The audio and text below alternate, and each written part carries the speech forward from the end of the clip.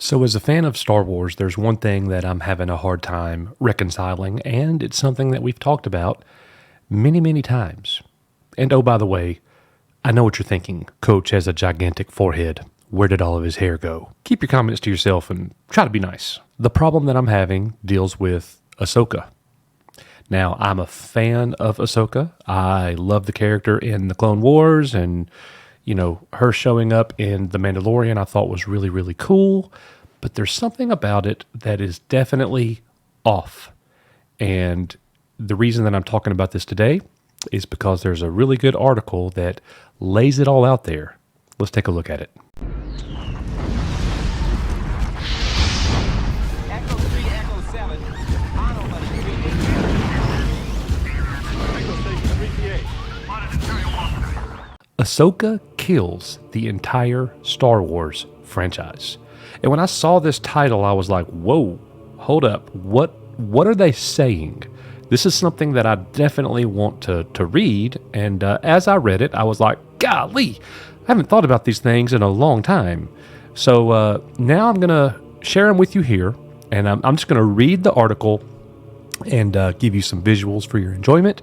And then I'll be back and we'll discuss here in just a moment. So let's dive into this article. While it might not be doing so well in terms of expensive hotels, the Star Wars universe has a lot in store for fans in the near future, with projects like Jedi Survivor, Ahsoka, Skeleton Crew, and the Acolyte all well underway. The galaxy far, far away is growing bigger and bigger with each new announcement. However, too big to fail is an unrealistic and impossible standard. Star Wars will always be a permanent fixture in our entertainment culture. Nothing can take that away. That being said, Disney and Lucasfilm might have just torn one of their biggest films to pieces with the nullification of a single line of dialogue. You, when gone am I? The last of the Jedi will you be? Return of the Jedi is the thrilling conclusion to the original Star Wars trilogy, and it's easily one of the finest films in the franchise. However, to say it aged well with the rest of the sequels is a bit of a stretch. As the universe developed and expanded, the more Yoda's parting words to Luke meant less and less. Even if he were just referring to Leia, Luke Skywalker is far from the last of the Jedi, if the expanded universe is to be believed. Along with fan favorites like Ahsoka Tano, characters like Grogu, Cal Kestis, Master Luminara, and more are shown to have survived nearly the entirety of the Star Wars franchise. That creates a massive problem for the entirety of the narrative and Yoda's character. Ahsoka and the supposed adaptation of Heir to the Empire are both exciting projects fans are instantly going to be drawn to, but they also tear holes in the entire Star Wars universe. Yoda wasn't just off when he told Luke he was the last surviving Jedi, but there was practically enough Force users to form a new Jedi Order to take on the Empire. With such a massive oversight, did the final confrontation and Battle of Endor even matter? In the famous words of Obi-Wan Kenobi, what we've told you is true from a certain point of view. Fans are going to have their own explanations and interpretations of the canon, and that's what gives the Star Wars franchise such a mythic and mystical quality.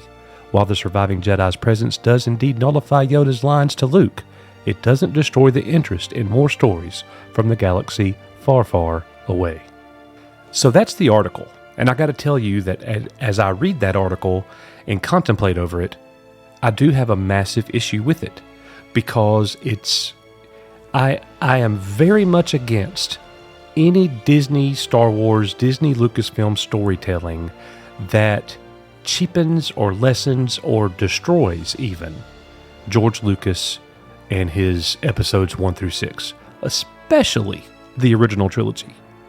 I grew up looking at Master Yoda like he was basically perfection, even though he failed as a Jedi. I don't think in my fandom mind that Yoda would be wrong in telling Luke that when gone am I, the last of the Jedi will you be? You're the only one that's left. And now all of a sudden, fast forward several years later, Dave Filoni has created all these other people. And let's not forget that George Lucas even said Ahsoka was dead. Well, you know what happens. George Lucas sells Star Wars and Lucasfilm to Disney, and Dave Filoni brings Ahsoka back. And that, I see it two ways. It cheapens George's Star Wars, but at the same time, we as fans have to stand firm and not allow it to cheapen George's Star Wars.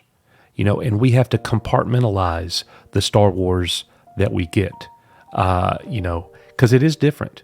In my Star Wars, Coach's version, there is only one Jedi left, and that was Luke Skywalker.